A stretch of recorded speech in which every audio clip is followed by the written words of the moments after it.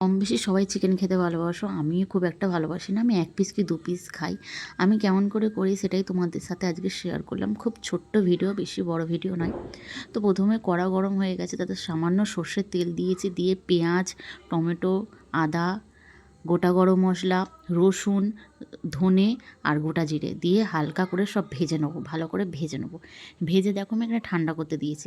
দেখেছো খুবই কম তেলে করেছি, খুবই কম তেল দিয়ে এবার সেই মশলাটাকে আমি ভালো করে পেস্ট করে নেবো, স্মুথ পেস্ট করে নেবো। ভালো করে পেস্ট করে নিয়েছি দেখো।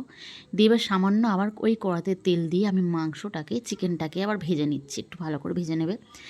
এই চিকেনটা একদম অল্প তেল লাগে, একদমই অল্প তেল লাগে। যারা মানে তেল একদম অল্প খাও তাদের জন্য এটা খুবই, আমি যেমন আমাদের বাড়িতে অল্প তেলই রান্না হয় আমার বরের জন্য, আর গুঁড়ো লঙ্কার রান্না হয় না।